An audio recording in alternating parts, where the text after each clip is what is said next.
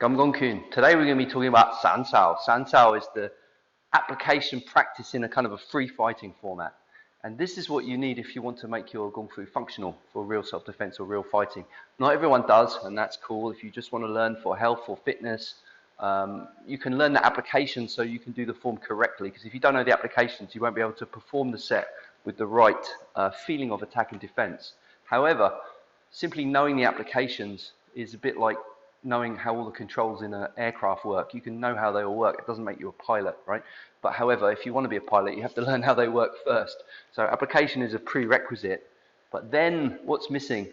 Distance and timing and reflex and that kind of thing. That's in the modern world, people call it live training as opposed to dead training. So this is really important. Now, some of the stuff I'm going to share with you here is a result of me cross-training over the last 20 years with a lot of people in MMA and grappling and in various disciplines as I've traveled around lots of places, trained lots of people. My Sifu had a much more, should we say, hardcore and simplified approach to this. However, I think for a lot of people, we don't want to get injured, we don't want to hurt each other, we want to find safe methods of training. And I find that the modern way that the MMA fighters use is very, very smart because they don't want to get injured before their fight, but they need to develop a high level of skill. So it's a kind of a scientific approach. And in Hapgar, they used to say that every punch is thrown with full intent. It must be hard, must be fast, must be cruel. And it's imperative that you can switch that on, because if you get into a street altercation and you do it like sparring, where you do it kind of playfully, then that's a big mistake. However, all animals play fight, and that's how they learn their timing and so on, because if animals practice with proper intent, they'd be injuring each other, right? So it's yin and yang, and we need both. I always practice the forms and the pad work with like intention to damage, but when I'm sparring, our intention is to learn. The important thing when you spar is you should be learning, you should be improving. Okay, we're filming this upstairs, but we would generally train this downstairs where we have padded floor, we have padded walls, so we're not worried about throwing our partner and so on and getting injured. And some people, they always message me on social media and say, oh, you guys train protective. That's not real Kung Fu, that's not hardcore, we're much more hardcore. And my answer to that is, if you're in the military, which is about as hardcore as it gets, and you're using guns, which are as deadly as they get, when they practice, they're doing their basic training and their training missions with their friends.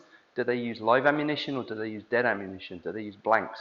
They really want to shoot each other in training, killing their partners. So it's not soft to use protective equipment. It's intelligent. It's smart. All right, that's the preamble. Now I want to talk about the actual training methods. So you need to have a basic sparring skill first. So that's generic.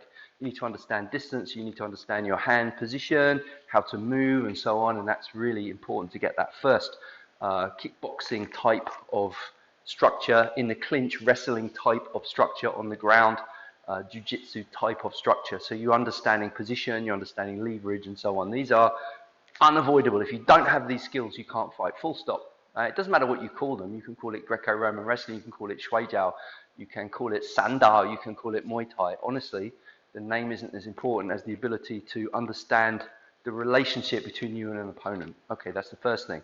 Once you've got that, so this is something that when I learned from my grappling coach, Braulio Estima, he would always train with what he called specific sparring. So you have a specific mission. You're trying to escape a certain technique, or you're trying to pass a guard, or you're trying to sweep your opponent. In other words, you're starting from an idea where he's got a mission and you've got a mission.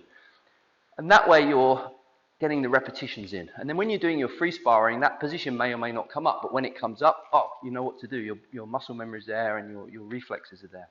So I'm going to give some examples. First of all, I ask Joe to help me. We're going to just do some basic idea about movement and stance to begin with, okay?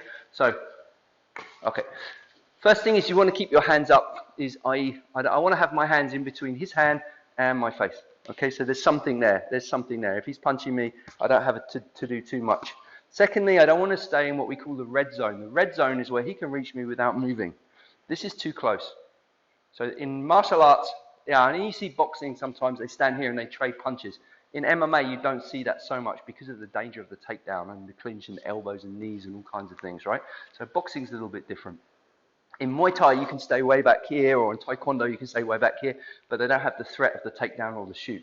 So what we need to have is we need to have a range where we're just outside of here.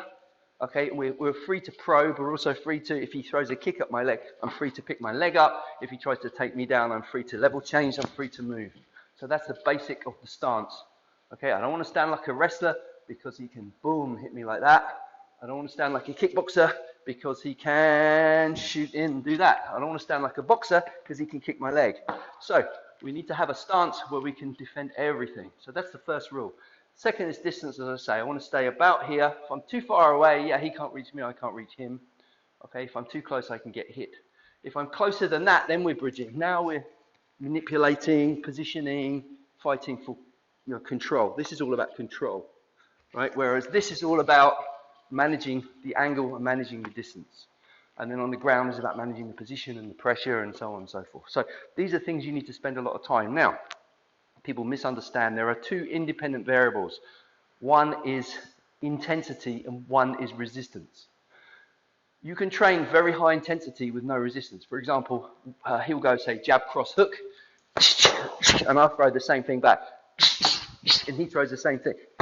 We can build up to full power like that, and that gets us used to feeling what real shots feel like and how they come in at you. But there's no resistance because he's doing exactly that. Okay? If he starts faking and switching it up, but keeps the intensity like that, and I do get hit, I'm going to get rocked, and then I'm going to lose brain cells, and that's not very intelligent. So the other thing we can do is very low intensity, but up the resistance. In other words, he can maybe fake, or he can try to shoot me out, and he can try and make contact, but when he does, it's not hard. So now I'm learning, oh, you got me. Okay, I'll try and get you. Okay, and he'll try and get me, and so on. But we're still sticking to the jab, cross, hook. So we're still going bam, bam, bam, but we're varying the resistance and the timing.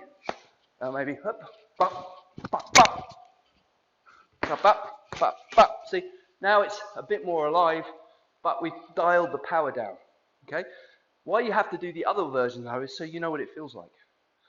But if you have the two dials up high, that's where injuries happen. So they're independently variable. Okay. The other idea about resistance is we're working to a specific thing. He may be working a specific kick or punch. I may be working a counter. Or I'm trying to, for example, take him down. He's trying to kick me, which means I'm trying to grab his leg. He's trying to get his leg out. So again, we have these specific goals. So my blueprint for you guys, I mean, I will put a proper, like a San Sau training progression together, but this is just an introduction. My blueprint is start with play fighting. Start relaxed. So it may look something like, let's do super light, super low intensity. We'll keep it in the open range. So we're not clinching or ground fighting. We're just staying in the open range to begin with. Working, round, bum, bum, just playing. Okay, and you can add some kicks in as well. Yeah, so there we go. Bum, bum, bum, bum, and so on. Good. Then we can add some takedowns in as well. So you can shoot and I can defend that. Okay. Bam, bam, bam, bam, bam. Wee. And we can, so on. I'm not going to. So then we just play. So that's very light, very playful. And you need to get that first. And we do the same thing in the clinch with all the different positions. You need to understand the control positions. The main ones, controlling the wrist or the bicep, controlling the arm via under, via over, controlling the neck, positioning of the head, positioning of the knee, unbalancing, and so on, combining takedowns with strikes in the clinch, etc., etc. So it's a big thing. That's a very simple, quick intro. Now we're going to look at the specific techniques from your sets and how to train them in San Sau.